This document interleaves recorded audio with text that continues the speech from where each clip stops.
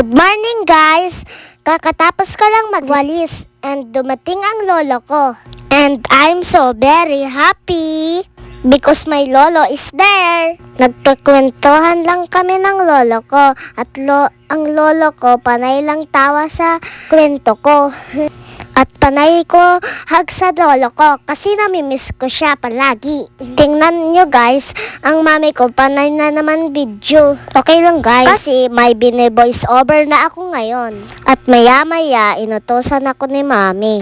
Natingnan ang sinaing. At hindi niya alam, hinalo-halo ko na. Kayo ba guys, tinutulungan mo ba ang mami nyo sa pagluluto? Dapat matuto tayo magluto para hindi tayo magutom. Ako pala guys, marunong na ako magluto ng itlog. Kayo ba guys, anong kaya ninyong lutuin? Patapos na ang aking video. Goodbye. God bless!